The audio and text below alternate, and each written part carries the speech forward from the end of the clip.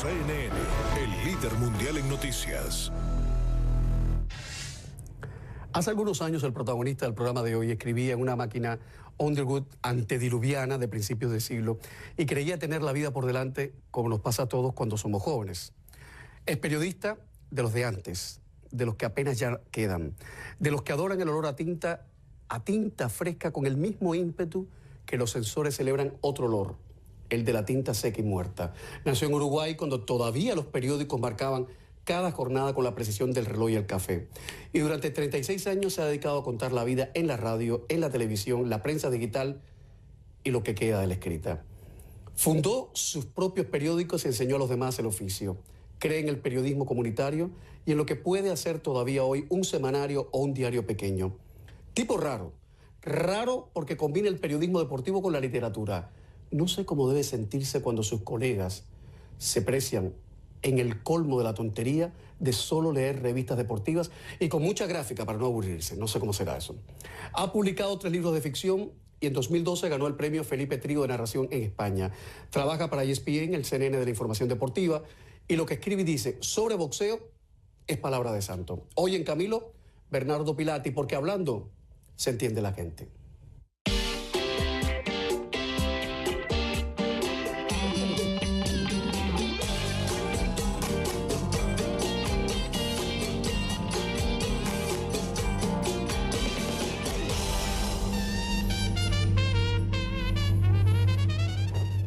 Bernardo Pilati, ¿cómo te lleva la vida? Bienvenido. Gracias. Oye, pero has venido como el secretario de Estado con una computadora con todo, ¿no? ¿Qué es eso? ¿Quién diría, no? Sí, hombre, pero presentarme con una computadora, si antes era con una después de haber escrito a mano, ¿no? Y en Underground, en fin, el tipo raro que tú estabas citando ahí, ¿no? Y además te traje estos son libros. 2 de tus 3 libros. Exactamente. El primero fue, digamos, un homenaje a la vida de mi padre. Estos dos, uno ganó el premio Felipe Trigo, la leyenda exactamente, la leyenda de Abelardo. Y el segundo es una obra también de ficción, pero que está inspirada en la zona donde me desarrollé periodísticamente, que es en la parte este del Uruguay. En Uruguay. Exactamente. ¿Y por qué un libro para tu padre? El libro para mi padre fue un poco una catarsis asociada a todo lo que provocó en mí su muerte. Yo tenía 12 años cuando él murió de manera muy violenta. ¿Un accidente? No, él murió asesinado. No me chingues. Sí, él murió asesinado. Entonces... Pero, perdón que te pregunte, ¿en un asalto callejero? No, en una discusión laboral y dio con una persona que tenía problemas mentales y de la nada sacó un revólver y lo mató, ¿no? Pero bueno, claro, en ese libro yo cuento su historia, cuento todo lo que provocó, ¿no? Saco todo aquello que guardé por tantos años, porque yo tenía 12 años, mis hermanos ya eran adultos. Y todo aquello en mi vida generó un golpe terrible, ¿no? Que inclusive afectó mi crecimiento intelectual, retrasó cosas que la vida o el destino me tenían marcadas. Entonces como que yo tuve que aprender a convivir con esa realidad. ¿Y te ayudó a escribir el libro? Me ayudó mucho, sí, porque además aprendí a conocer a mi madre, porque yo tuve que hablar mucho con mi madre, entonces conocí cosas, ¿no? La primera enseñanza, la primera reflexión, y esto es muy bueno decirlo, porque muchas veces nosotros no conocemos lo que pasó antes de nosotros. Muchas veces juzgamos a nuestros adultos, a nuestros padres, a quienes nos precedieron los juzgamos desde un ángulo muchas veces injusto, ¿no? Entonces a mí eso me enseñó mucho sobre la vida de mis padres, lo que ellos sufrieron, lo que ellos pasaron, entonces me permitió un poco hacer un exorcismo, ¿no? de todos los dolores, y fue muy bueno ese libro por esa razón. Lo que siento es que maduraste muy rápido, ¿no? No, al contrario, yo demoré de madurar. ¿Ah, sí? Sí, estoy madurando. Porque todavía. Yo pensé que un golpetazo así lo pone a uno de pronto frente a la realidad. No, te frena. Lo peor de todo ese tipo de episodios es que uno necesita tener un psicólogo en esos momentos, ¿no? Alguien que lo ayude. Yo no tuve que me ayudara. Digo, mi madre tuvo que salir a trabajar, mis hermanos estaban en sus cosas y yo tuve que lidiar solo. Una familia humilde la tuya. Muy humilde, sí. Bueno, fíjate que siempre dicen, las neurosis son cosas de la gente rica, tienen el privilegio de deprimirse. El resto tiene que en esa época, hoy día hasta los perros tienen psicólogos, increíble, ¿no? Sí, todo el mundo va a terapia. Pero en esa época no había que lidiar, ¿no? Para entrar en calor, una frase de Saramago, el escritor portugués, que a mí me gusta citarla, sobre todo para molestar a cierta gente. Porque si uno no joroba la pista, esto de la televisión es muy aburrido. Saramago dijo: todo el mundo me dice que tengo que hacer ejercicio, que es bueno para mi salud, pero nunca he oído a nadie decirle a un deportista, tienes que leer. Es la neta, ¿no? Como dicen en México. Sí. Todos los deportistas deberían leer. ¿Hay mucho analfabetismo funcional en el mundo de los deportistas? Se va terminando eso, lo hubo. Ya ha terminado porque el deportista en general, el que está en el top, ya se ha convertido en una empresa. Y se ha convertido en una empresa porque alrededor de cada deportista, ya cuando está pintando para ser bueno, aparece un representante, aparece un promotor. Eso les permite ya tener otra visión del futuro, ya verse como una empresa, ya cómo controlar su dinero. Y fundamentalmente los deportistas hoy, si bien no leen, tienen buenos asesores, ¿no? Y tienen buenos ejemplos. Como los políticos. Sí, exactamente. Hay muchos políticos que no leen ni la palma de la mano, ¿no? Sí, pero ocurre lo siguiente, los grandes deportistas son un buen ejemplo. En mi país, por ejemplo, los deportistas top, los futbolistas que están en la selección uruguaya, tienen sus empresas, están invirtiendo en el país. Chévere. Y eso se promociona. Entonces, es un ejemplo positivo, Chévere. ¿no? Porque los demás dicen, tenemos que cuidar el dinero como lo hacen ellos. A mí me encantaría que todos los futbolistas fueran como Valdano, que es un filósofo. Me encantaría. Hasta tanto yo no creo, ¿no? Hasta no vamos a llegar a Si Valdano. vamos a pedir, yo digo, si vamos a pedir. Ya instruirse, ya poder manejar su vida. Yo soy un hombre que está relacionado directa y profundamente con el boxeo. Y he tenido algunas series de investigación donde encuentro cosas terribles, ¿no? En la etapa inicial del boxeo. Porque recuerda, al boxeo el 80% de lo que llega viene de la periferia, viene de un tejido social muy endeble. Entonces, además de contenerlo, además de transformarlo en una persona de bien, tú tenés que adoctrinarlo dentro de un mundo donde reina la violencia con reglas, pero violencia al fin y al cabo. Entonces, ahí hay muchas carencias en ese aspecto, en el aspecto intelectual. De todas maneras, hay buenos trabajos que se están haciendo, no sé si ven al tema, pero hay muy buenos trabajos que se están haciendo por gente anónima en toda América, que está trabajando muy bien. Quizás le esté faltando un poco la parte intelectual. Pero, con niños y deporte. Sí, utilizando el boxeo como una herramienta de salvar personas, ¿no? Y que lo demás venga después. ¿Qué es lo bello para ti del boxeo? Estamos hablando de un hombre que está conceptuado como uno de los mejores analistas de boxeo en el mundo de los deportes. ¿En qué radica la belleza, si la hubiere, del boxeo? Yo creo que la nobleza, ¿no? Y tenemos un ejemplo muy claro de lo que ocurrió en estas últimas horas en Argentina. Horrible, una verdadera catástrofe para el deporte, para el fútbol. Entonces, hay muchos memes en internet que no sé si son justos o injustos, ¿no? Pero nos traen una realidad. La violencia bien entendida y con reglas del boxeo, y esa violencia que está escondida, que está agazapada en el fútbol, que uno no la ve dentro del campo, peor que eso, la ve entre el público, donde hay niños. Entonces, como que lo más noble del boxeo es precisamente eso, ver dos individuos que se matan a golpes, que se lastiman, que se arrancan pedazos de vida, y al final los ves con una sonrisa, con un abrazo, y que salen muchas veces a celebrar juntos, ¿no? Sí, entonces, son dos atletas. Entonces, exactamente, ese es el deporte bien entendido, no importa que sea violencia.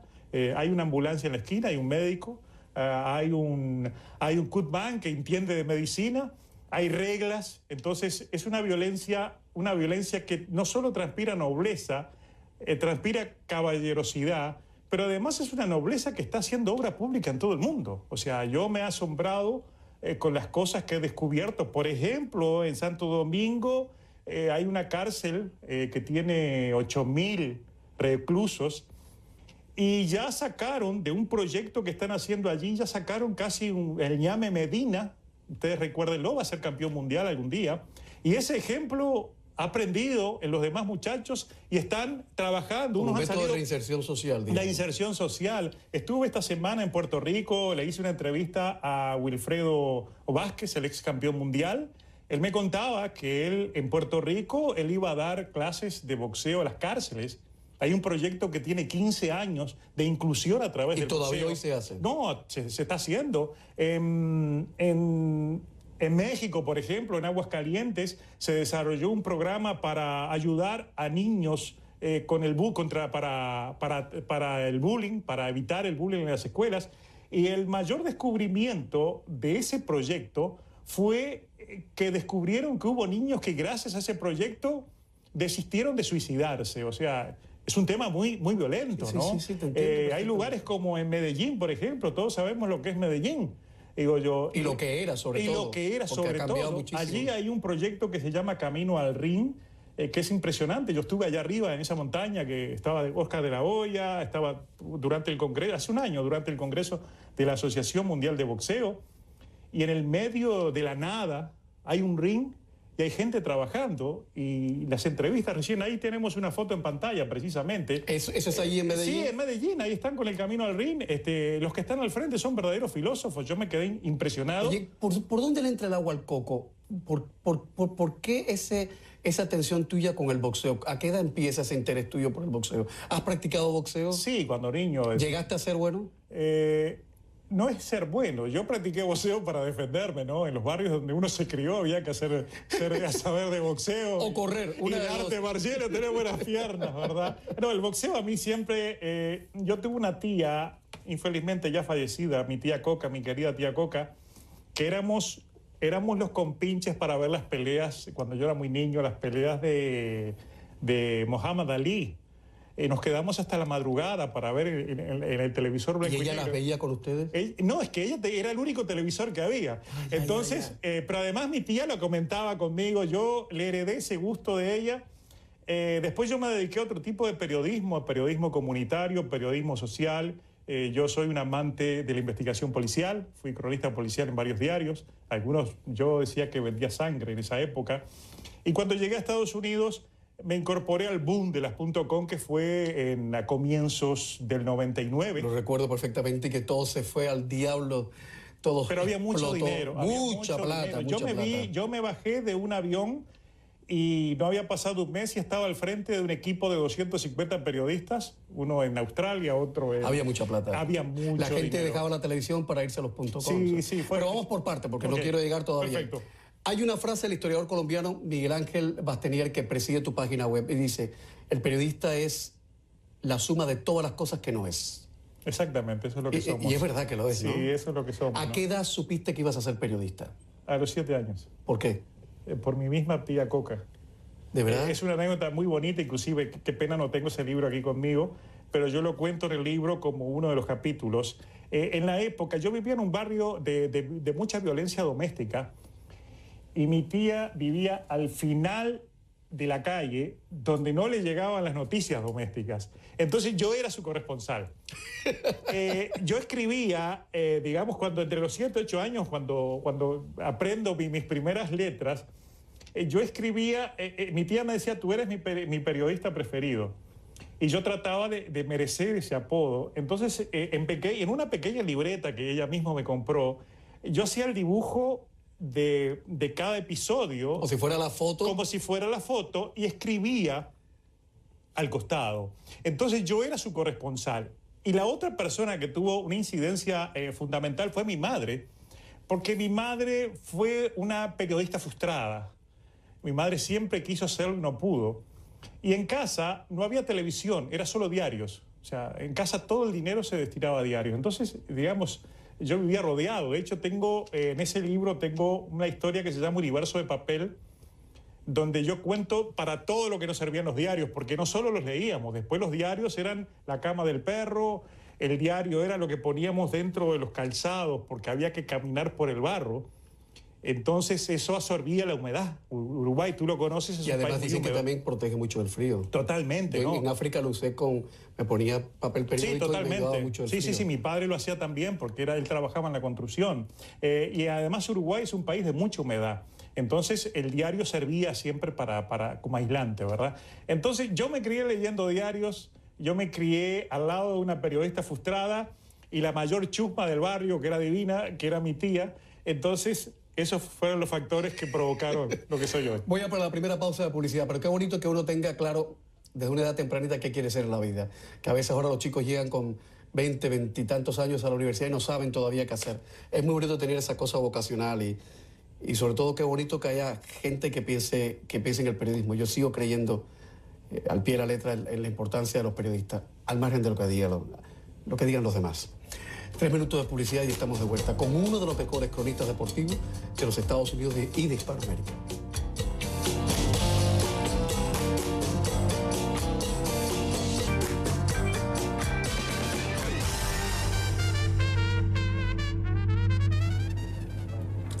Bernardo Pilati nació en Montevideo, pero empezó en Radio Limar en 33, que es una ciudad del este de Uruguay. Del este de Uruguay. ¿Pequeñita?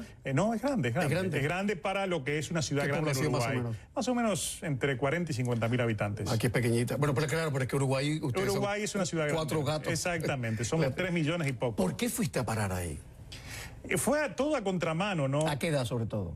Yo me fui para allí. Yo primero jugué al fútbol en Brasil. Le intenté tener mi historia como cualquier uruguayo. Nacemos y vamos a ser jugadores de fútbol. Después la vida nos enseña que o eres patadura, entonces dedícate a otra cosa. Tuve la suerte de darme cuenta a tiempo, ¿no? Que yo no era para el fútbol. Pero llegué a jugar en clubes semiprofesionales de la Divisional B. Chévere, o sea, y fui a probar. Estamos hablando de adolescente. Sí, allá por los 18, 19 años. Y a los 20 años yo quería ejercer periodismo, estudié para hacerlo, y en Montevideo no había forma de que alguien me diera trabajo, ni siquiera de cadete, ¿no? Entonces, un buen día me encuentro, tenía un trabajo de esos zafrales, también muy comunes en esa época, y alguien que trabajaba conmigo me dice que tenía un amigo que trabajaba en una radio de Melo. Melo es una ciudad que está en la misma línea de ruta que 33, pero después, unos kilómetros adelante. Entonces yo puse todo en un bolso, le dije a mi madre, mira, me mandaron a hablar con un amigo, dejé de trabajar y me fui atrás de un sueño. Ese sueño está en el libro de un amigo, inclusive contado, ¿no? Y yo iba rumbo a Melo a encontrarme con un amigo que es periodista, incluso un periodista muy conocido allá, así que después nos hicimos amigos. Y yo en la época tenía una muela cariada y había tomado un éter, me había puesto un éter que me durmió. Entonces, el autobús, que era de una empresa desaparecida, Honda, llega a 33, yo me despierto, veo que no hay nadie en el autobús, digo, estoy en Melo, me bajo, llegué. Y no era Y Melo. el ómnibus se fue solo, y yo me quedé allí. Entonces, cruzo la calle, había un Santiago Rivero, que fue un conocido periodista uruguayo de aquella zona, de Difusora 33, tuvo, digamos, importancia incluso a nivel nacional. Él venía cruzando la calle y le pregunto dónde estoy. Y dice, oye, esto es Melo. Entonces el tipo me mira como que estoy loco y me señala el nombre de la Difusora 33, ¿no? Entonces ahí caí en la cuenta. En la época había 2 radios, que era Radio Limar y Difusora 33. ¿En esa zona? En esa ciudad. Difusora 33 era la radio, digamos, de dinero. Olimar era la de los pobres. Ni siquiera le pagaba a los empleados.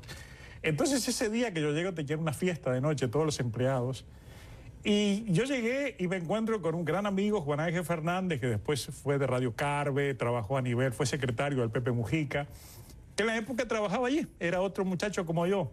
Entonces le digo qué es lo que yo quería, y aquel muchacho se compadeció de mí. O sea, le dio, incluso hasta lloró, dice, ese día, porque se conmovió del deseo mío de crecer en él. Y te echó una mano ahí. Me echaron todo una mano. Entonces allí yo pasé por una escuela del mejor periodismo que hay en el Uruguay, porque en la época se trabajaba con mucha seriedad.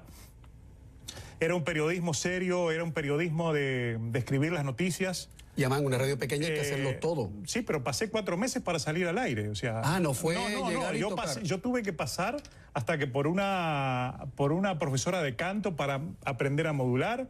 Digo, me hacía cantar, me hacía ahuecar la voz, a impostar. Pero una cosa...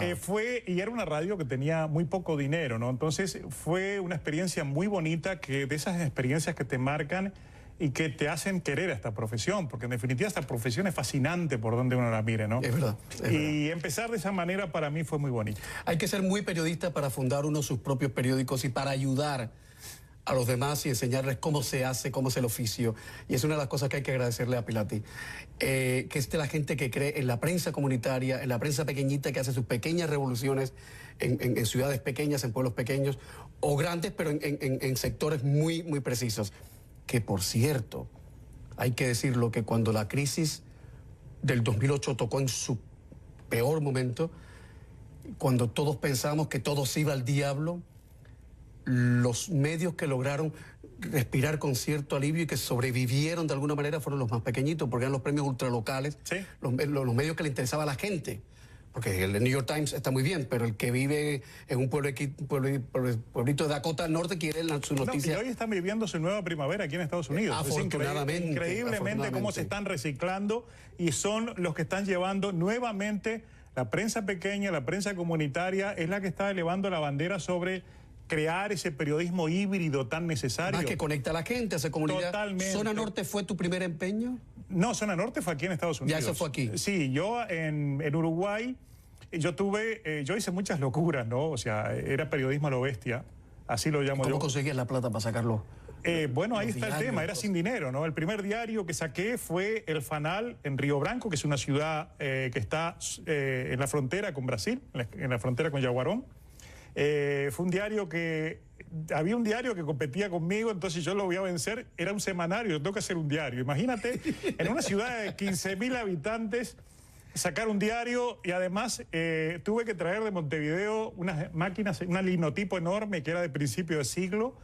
Tuve un grupo de los viejos linotipistas, ya no tenían lugar porque en Montevideo todo estaba pasando a la y computación. Contigo tuvieron trabajo entonces. Tuvieron un tiempo, fue una historia de terror, ¿no? Pero tuve que alquilar una nave enorme donde hubo que instalar aquellas máquinas, hubo que crear clientela, pero el diario salió, sobrevivió y un buen día aparecen dos muchachitos jovencitos, estoy hablando del año 89, 90, y me dijeron, tú estás loco, dice, y me mostraron una computadora y la pusieron en la mesa y dice, tú puedes hacer el diario con este PageMaker, era la versión número 1. Sí. Entonces, en un día me enseñaron el PageMaker, en un día me enseñaron a manejar el Photoshop y en 3 días yo cerré todo y me puse a trabajar en el garaje de la casa, hacer el mismo diario, solamente que en un tamaño menor y yo solo, o sea, despedía a todo el mundo. ¿Y guardas todavía ejemplares de...? Sí, incluso en mi página web están algunas muestras. En el 1999, Pilati emigra a Estados Unidos. Desde 2006 es periodista y columnista de la cadena deportiva ESPN. Explícanos cómo funciona una cosa tan maravillosa como ESPN. ¿Cómo han logrado hacer algo que yo sé que empezó prácticamente de la nada? ¿Cómo se ha logrado consolidar de la manera que lo han logrado? Yo creo que el éxito de ESPN está en la visión y la pasión, ¿no? O sea, yo una de las cosas con las que me encontré en ESPN, yo nunca dejo de agradecerlo, no por trabajar en ESPN, que ya me siento muy honrado, porque es una cadena, no solo una cadena líder, sino que mi trabajo se ve prestigiado allí, ¿no? Yo lo que más admiro de ESPN es la pasión consistente. Digo, la seriedad con pasión, o sea, es una empresa americana que es muy latina por su pasión por el deporte, pero donde existe un respeto por lo que se hace y existe fundamentalmente un respeto por el deporte como materia informativa, ¿no? O sea, se trabaja el deporte como tal y ESPN es independiente al éxito de que cualquier otra cadena. La prueba está, para que tú tengas una idea, en el año 2006, cuando empezamos, yo empecé con la cadena de radio y teníamos 2 radios en la costa del Pacífico y ese año, con muy poco tiempo en el aire, con un trabajo de formación, porque llegaron muchos muchachos que no habían trabajado en otros medios, pero no a nivel de radio, y hubo que instruirlos. Nosotros tuvimos el máximo de audiencia en la época, era Arbitrón, que medía ESPN sin tener derechos de nada, simplemente hablando de fútbol, hablando del Mundial de Alemania, robó toda la audiencia en aquella época y teníamos una transmisión que era de 24 horas. Es decir, ESPN es una marca muy poderosa, pero además es una marca muy bien pensada, muy bien trabajada y que tiene mucho respeto por el deporte. Por eso es recíproco, ¿no? La gente la respeta y dice, ok, todo bien, vamos a ver qué dice ESPN. Por esa razón, yo creo que el trabajo nuestro, el periodista tiene la capacidad de llegar a la gente, de influir en la gente, en la medida que él lo haga con respeto, en la medida que sepa sus límites, es cuando se gana la credibilidad. Y esta empresa, al menos así lo veo yo, a los que trabajamos allí nos enseña mucho sobre eso, ¿no? Yo he aprendido mucho sobre criterio y sobre manejar el respeto por la gente. Recuerda que yo soy un tipo muy crítico, yo trabajo material periodístico muy delicado, hago investigaciones y mis críticas siempre van a fondo. ¿Algún preparador se ha molestado contigo? ¿Algún manager? ¿Alguna representante de algún atleta se ha molestado? ¿Algún boxeador? No, porque el problema es que no hay razón cuando tú argumentas. Ahí está la diferencia. Ojo, pero a veces los energúmenos no entienden de razones. No, a veces no quieren hablar conmigo cuando he tenido que hacer alguna entrevista. Se le respetan ese derecho, ¿no? Pero el problema es el siguiente, o no el problema, sino la clave de esto es que todo lo que tú digas, tú le pongas detrás un fundamento y un argumento. Y que no sea, claro. Exacto. Claro. Basado en eso, uno puede hacer lo que quiera, porque uno no está hablando por libre y espontánea voluntad o una opinión que sale del libre albedrío. No, todo sale de una suma de argumentos. Oye, dime una cosa, has entrevistado a los más grandes boxeadores de todos los tiempos probablemente. ¿Alguna entrevista memorable que entresacarías, que siempre recordarías? ¿Algún entrevistado memorable? A Óscar de la Hoya yo lo entrevisté cuando estaba en radio, lo entrevistamos una vez. ¿Pero era en el momento que quería cantar? Que quería creo que fue en ese medio tiempo, porque fue antes del 2010, y él lo despertamos y dijo que operamos nosotros. Yo trabajo con un gran amigo que es Miguel Ángel Cebreros en la época. Entonces él dice, ¡ay, Miguelito, deja que lo atienda! Y se levantó. Fue una hora. ¿Pero era buena onda el hombre? Sí, Óscar de la Hoya es muy buena onda, sí. Óscar de la Hoya es fantástico, ¿no? Como, más allá, se le podrán criticar cosas, elogiar otras, pero él es un... Más allá si canta o no. Sí, no, por suerte ya no canta, ¿no? Pero él es, en general, digamos, en el boxeo hay muy buena gente, ¿no? ¿Cuál es la mejor pelea que has visto? Digo, he visto muchas, me cuesta seleccionar alguna. Digo, y sería injusto conmigo mismo, ¿no? Porque tengo que hacer memoria. A mí me gusta el boxeo técnico pero agresivo. Me gusta cuando los boxeadores intercambian. Pero después que narré MMA, que no lo vine a hacer después del 2010, aprendí también a darle su crédito y apreciar lo que es la técnica.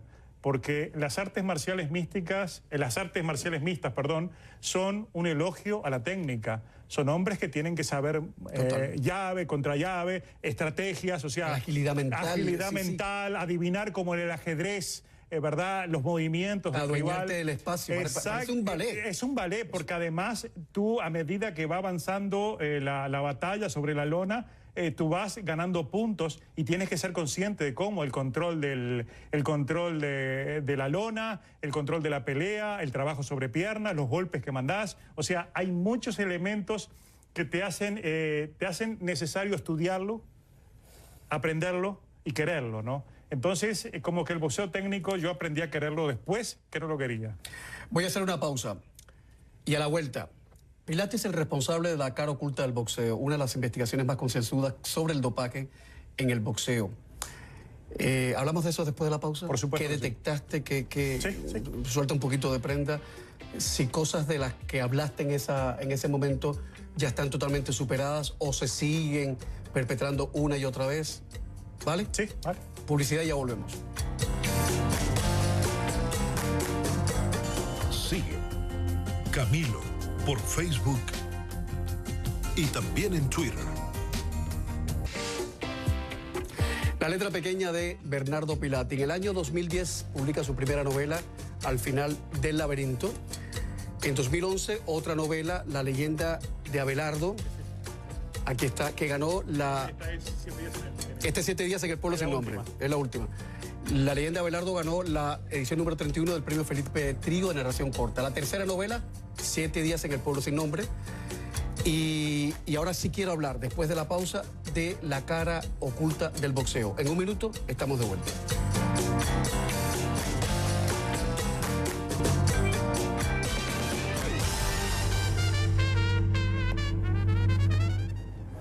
El dopaje en el boxeo. ¿Se habla mucho de eso o se calla mucho sobre el tema?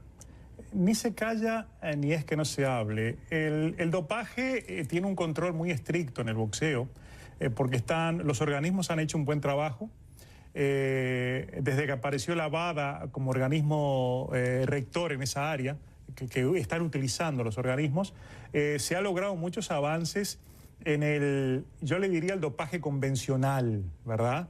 El uso de sustancias prohibidas, etcétera. Ahora, el gran problema que tiene hoy el boxeo, y es que aparece en la cara oculta del boxeo, que es una serie de 6, la primera parte es una serie de 6 episodios, es el dopaje genético. ¿Qué es eso? La ingeniería genética utilizada, la terapia genética, que es legal, que muchas personas que tienen patologías la utilizan para mejorarse. Pero es dopaje. No, la han utilizado, han encontrado ese atajo para potenciar a través de un gen alterado, modificado. O sea, inyectan un virus en el cuerpo que ayuda a la oxigenación, etcétera, etcétera. O sea, mejora, ¿no? Hay casos que son emblemáticos. El primero que trajo atención sobre este tema en el boxeo fue el de Shane Mosley en el 2008. Mosley reconoció que en las peleas contra Oscar de la Hoya en el 2003, él había utilizado epigenético para mejorar. Dijo que él pensaba que aquello no estaba mal hacerlo, pero lo reconoció. ¿Tiene efectos secundarios en el organismo? Supuestamente sí, lo tiene. No hay todavía, los médicos con los cuales yo hablé no tienen todavía una certeza de cuánto, pero que lo tiene, lo tiene. ¿Pero aumenta ¿no? el rendimiento del atleta ostensivamente? Sí, totalmente, ¿no? Porque además, por ejemplo, los especialistas que hablaron en el Congreso de la Asociación Mundial de Boxeo, que es donde nace esa denuncia, en Medellín, en octubre del año pasado, ellos dicen de que cualquier boxeador que utilice ese tipo de ingeniería genética para mejorar su rendimiento va a tener más resistencia, va a soportar más los golpes, va a tener mejor oxigenación y a su vez va a tener más poder en los golpes. O sea, las 4 claves fundamentales para ganar una pelea.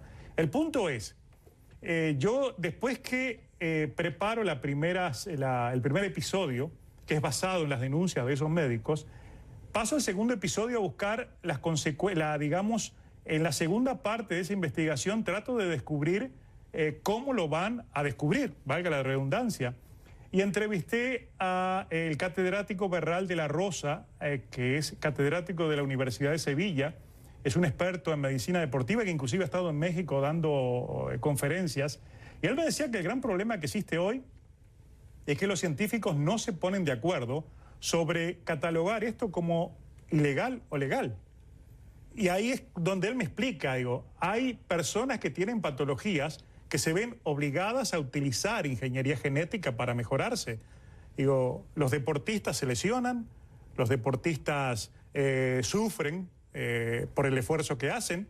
¿Eso por qué no puede ser considerado una patología? ¿Y por qué no le van a autorizar también a utilizar? ¿Y qué dice el Comité Olímpico, por ejemplo? El Comité Olímpico tiene otro problema más, no solo el Comité Olímpico, todos los organismos que quieren controlar, porque los controles que han querido hacer son demasiado invasivos. Tienen que realizar una biopsia y los deportistas se pueden negar a eso. No es fácil. En este momento, actualmente, yo estuve hoy precisamente buscando información y hay 2 o 3 empresas que han ofrecido la posibilidad de detectarlo. No alcancé a memorizar exactamente cómo es el sistema, pero le llaman el pasaporte genético, que es algo así como que es una identificación del cuerpo del atleta que permite después, con un simple examen, saber si ha utilizado o no este tipo de procedimientos. Pero hasta ahora no, hay un grave... O sea, ahora son alegales. Exactamente, en este momento no hay cómo detectarlo. Entonces, el otro grave problema es que son tratamientos muy costosos, entonces marcan una diferencia mayor. O sea, los deportistas que tienen mayor capacidad económica son aquellos que pueden utilizarlo, los que no lo tienen no. Se marca una diferencia mayor en el deporte. ¿No? Pero además, De la Rosa me da otra pauta relacionada con los problemas que se están generando no solo por la terapia genética, sino también por el ciberdeporte. Y me cita un caso específico, el de Pistorius, el sudafricano. Claro. Dice, Pistorius, si bien carece de sus 2 extremidades, él compitió como un deportista sano. Y lo hizo utilizando implementos que pueden ser considerados una ventaja frente a los demás. Esa es otra... Porque eran unas prótesis extraordinarias. Exactamente. Claro. Entonces, esa es otra razón de discrepancia que hoy existe en Europa. A lo mejor un chico, perdón que te corte, haitiano no las va a tener nunca. Exactamente. Entonces, entonces hay muchas discrepancias, y mientras esas discrepancias avanzan, no hay acuerdos. La WADA no encuentra, porque los médicos de la WADA con los cuales yo hablé me dijeron directamente: el epigenético nos está ganando la pelea. Ahora es fascinante el tema, ¿eh? Es un tema fascinante. El tema, cómo la tecnología y la ética tienen que ponerse de acuerdo de alguna manera. Totalmente, totalmente. El problema es que, recuerda, el deporte está regido por el dinero, porque en definitiva cada deportista hoy es una empresa que hasta por Instagram cobra por aparecer, por las redes sociales.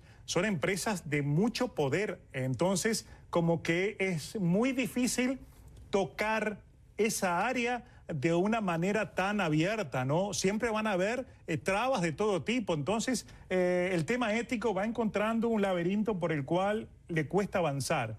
Eso es lo que yo saco de estas entrevistas que realicé. O sea, me quedé impresionado, porque cuando uno habla de dopaje, piensa en el dopaje característico. El de siempre. No, el dopaje peor es Pero ese. esto es como jugar a ser Dios de alguna manera. Voy a poner publicidad y a la vuelta vamos a hablar de boxeo cubano. Este es un uruguayo muy cubano, muy aplatanado con las cosas cubanas, y quiero que me hables del boxeo cubano, porque durante mucho tiempo el boxeo cubano fue una de las joyas de la corona del deporte revolucionario, del que se preciaba la revolución de Castro, pero hoy por hoy el boxeo cubano deja mucho que desear. Igual estoy errado. Tú me dices tu opinión.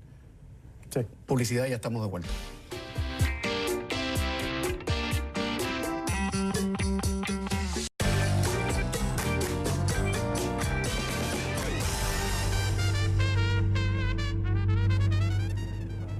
El periodista deportivo y escritor Bernardo Pilati dice que Cuba es parte de su vida y es uruguayo. Sé que te interesa muchísimo el boxeo, o sea, la escuela cubana de boxeo, pero ¿qué queda de esa legendaria escuela cubana de boxeo ahora? Bueno, vamos a separar las cosas, ¿no? El boxeo cubano sigue siendo, la esencia la tiene, el boxeo olímpico, el boxeo amateur, el boxeo aficionado, porque el cubano lleva el boxeo en la sangre, en el ADN, y además lo aprendido no se desaprende. ¿Es el país más, digamos, más poderoso en boxeo en América Latina? El más poderoso es México. México. Por lejos, por lejos, ya. ¿no? Y se disputan Cuba y Puerto Rico, quizás esa otra hegemonía. A su nivel se lo disputan, ¿no? Cuba ha tenido una gran escuela olímpica que ha sido muy buena en algunos aspectos y muy mala en otros. Vamos a dejar de lado la forma en que llegaron los boxeadores cubanos, que eso ya fue algo que jalaba hacia la parte contraria, ¿no? Porque no llegaron como puede llegar cualquier otro deportista que quiere triunfar en Estados Unidos. Llegaron exiliados, llegaron por vías alternas, y aquí llegaron a ser, digamos, conducidos en el boxeo por personas que quizás tuvieron buenas intenciones, pero no tenían la capacidad ni los vínculos. Me refiero al grupo de Miami, porque todos llegaban a Miami, y eso fue algo que perjudicó a muchas figuras que pudieron tener una mejor historia en el boxeo internacional. ¿Y que se perdieron, en tu opinión? Uno de ellos fue Guillermo Rigondó, el propio Yuriorkis Gamboa, porque el boxeo, y es algo que yo siempre insisto muchas veces cuando toco ese tema en columnas, el boxeo no alcanza con ser, para triunfar en el boxeo no alcanza con ser un buen boxeador.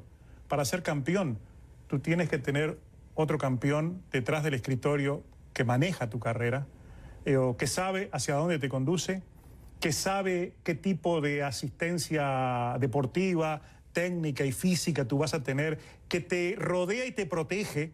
Y eso yo creo que le faltó al boxeador cubano.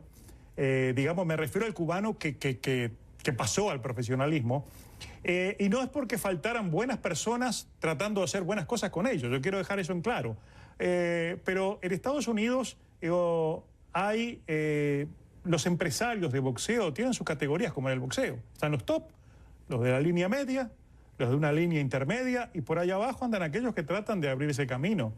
Si tú no tienes una línea directa con quien decide las carteleras, no llegas.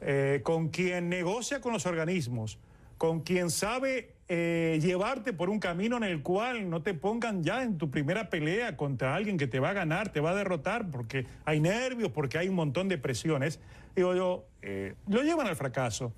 Y con grandes boxeadores cubanos se han cometido muchos errores, infelizmente, en un momento en el cual el boxeo cubano estaba en condiciones, estaban llegando boxeadores muy buenos y con muchas condiciones, ¿no? Porque recuerda, el boxeador tiene alrededor muchas tentaciones, muchas veces recibe más dinero del que está acostumbrado a tener, aparecen las mujeres, y también aparecen aquellos amigos que se acercan al éxito, aparecen muchas cosas que son malas. Entonces, los chupópteros. Exactamente, ¿quién debe controlar eso? Es el que conduce la carrera. Entonces, en función de la calidad del empresario que tú tengas detrás de tu carrera, va a ser la buena carrera que tú tengas. En el año 2005, mi invitado fue seleccionado el primer taller de Telemundo NBC para escritores de telenovela. Y ustedes se preguntarán, ¿qué hace un periodista deportivo especializado en artes marciales mixtas y en boxeo en un taller para escritores de telenovela? Lo voy a explicar después de la pausa, supongo.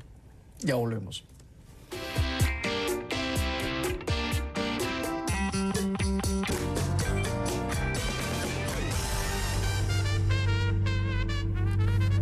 Bernardo Pilati, escritor y periodista deportivo de la cadena ESPN. ¿Qué significó para ti estar en ese primer taller de guiones de telenovelas de la cadena Telemundo? Telemundo es la segunda cadena más importante de televisión en español en los Estados Unidos. ¿Qué significó para ti estar metido ahí? A ver, bueno, estamos viendo imágenes de ese momento. Exactamente, esa fue la celebración final de ese certamen. Yo estaba, creo que en la época, el director general y Mimi Bell, allí la veo. Ese taller fue fundamental para todos los que allí estuvimos, porque fue un año muy duro, fue una preparación de ese estilo posgrado, en que cada clase era un examen. Nosotros trabajábamos bajo presión absoluta y surgieron, digamos, del aprendizaje surgieron muchas materias que después yo sé que las aprovechó. De hecho, inspiró a muchas telenovelas el trabajo que allá hicimos. Yo trabajé una obra de las que teníamos que crear nosotros, que después se transformó en Amores de Mercado. Que fueron al aire, claro. Sí, fueron al aire. Fue una obra muy linda y que yo me sentí prestigiado, porque en definitiva fue un trabajo que se hizo allí. ¿Te gustaría volver al mundo de las telenovelas, pero ya en plan...? Yo estoy trabajando, digamos, como un hobby. Estoy ahora escribiendo una serie, un guión de una serie. ¿Para televisión? Sí, la idea es para televisión, inspirada, digamos, muy asociada a lo que yo hago de trabajo de ficción. Digo, cuando puedo lo hago, evidentemente, ¿no? Porque por falta de tiempo. Pero sí, yo me siento parte de ese mundo y lo amo, ¿no? O sea, me siento muy bien y, de hecho, con mi señora miramos también mucha dramaturgia, especialmente brasileña. ¿Y eres de los hombres que ves telenovelas? Porque muchos caballeros dicen, no, yo no, en casa lo ve la mujer. Bueno, las telenovelas brasileñas yo las miro. A mí me gustan las. Bueno, y me gustó una mexicana mucho, que después vi, muchos años después, la volví a ver y me siguió gustando. Mirada de mujer. Sí, ¿No viste Mirada de Mujer? Sí, no la vi, pero recuerdo su trama. Sí, fue muy buena. Pero fundamentalmente las telenovelas brasileñas son espectaculares, ¿no? Y te invitan a verlas, ¿verdad? O sea que en cualquier momento puedes dar la sorpresa de decir, Pilati, no es que dejes ESPN, pero bueno, está en el mundo de las telenovelas. No sé si las telenovelas, pero alguna serie voy a tratar de hacerlo, ¿no? Antes de morirme quiero hacerlo, ¿verdad? ¿Tienes hijos? Sí, ya mis hijos son grandes, tengo nietos inclusive. ¿Y les ha dado por el deporte también? No. ¿Periodismo? Tampoco. O sea que te quedas tú. Sí, exactamente. ¿Tu señora no tiene nada que ver con el deporte tampoco? No tiene nada que ver con el deporte, ella es cubana, pero ella es fundamental, digamos, en el Pero hay muchas cubanas que tienen que ver con el deporte, ¿eh? Bueno, pero ella no. Ella no. Ella me acompaña, Ya. Hay muchas cubanas que les gusta sobre todo el fútbol ahora. No sé si es por las piernas de los futbolistas o por los futbolistas. Es que no. Por ejemplo, ¿tú entiendes por qué todas las mujeres están enamoradas de Cristiano Ronaldo? ¿Hay alguna explicación para eso? Yo no lo sé, porque, mira, te voy a decir una cosa. Yo soy un fan... Tienes que tener cuidado con lo que digas porque se puede usar en tu contra. Yo soy un fan del Real Madrid. Obviamente siempre fui un fan de Ronaldo, ¿no? Todos los éxitos que nos dio. Pero mi esposa es de Barcelona. Allí, y no hay Entonces, forma de negociarlo. Es como el River, imposible, Ronaldo. Es como River y Boca. Que ojalá, por favor, los imbéciles, los bárbaros, los energúmenos permitan que el partido de River y Boca se dé, aunque sea desgraciadamente fuera de Argentina. Ojalá Y que todos los hooligans y que todos los bestias que ponen malo eso, pues desaparezcan de alguna manera. Quería haberte preguntado, pero ya estamos fuera de tiempo, si de verdad los equipos usan a estos seres despreciables que generan la violencia, como ha dicho cierta prensa, pero eso se queda para otra conversación. Pero sí los usan, ¿eh? Los usan, ¿no? Infelizmente sí. Pues debería haber una responsabilidad legal por hacer eso. Ojalá que esto les enseñe que tienen que erradicar. Porque esto fue además un tema muy de vergüenza nacional, un tema de seguridad muy... Nos avergonzó a todos, no solo a todos los latinos americanos. No, y además yo pienso sobre todo en los chavitos, en la gente, en los niños, en los jóvenes que no se merecen eso. El fútbol no lo merece porque el fútbol es de unir familias. Ningún deporte. No, ningún deporte, pero el fútbol en particular sobre todo el fútbol. Es de unión de la familia, ¿verdad? Así que por favor los bárbaros, los energúmenos, absténganse, que en la fiesta del deporte ustedes no caben. Por Dios. Ni en la política, que también están metidos en la política. Pilate, muchas gracias. No, muchas gracias. Lo único que te pido es que cuando esté lista esa serie de ficción me cuentes. Sin duda. Vas a ser el primero en enterarte. A ver de qué va. ¿Va a ser de época o es actual? No, va a ser una de novela negra. O sea, va a ser dentro de lo policial. Estoy realizando mucha investigación. Ya. Con mujeres extremadamente guapas que son detectives, seguro muy delgadas, ¿no? Como las series americanas. Bueno, sí, la idea es una mujer y un hombre. ¿Y son detectives? En el área esa, pero de mi país. Involucrando. ¿Y hay algún ligue entre los dos? ¿Hay alguna cosa entre los dos? Déjalo para después, si no te contaría demasiado. Uruguay, que me encantó Uruguay, ¿eh? Me encanta Uruguay. Es un país para querer, con su gente, con Pepe Mujica. Por algo tiene forma de corazón, Sí, ¿verdad? sí, es un país rico. Señoras y señores, muchísimas gracias como siempre por la complicidad. Mañana estaremos de vuelta con más historias de vida, con más cosas que contar. Por cierto, con un tema muy caliente, que está llevando de cabeza al presidente Trump. Ahí lo dejo. Será hasta mañana. Buenas noches y que la buena suerte nos acompañe a todos.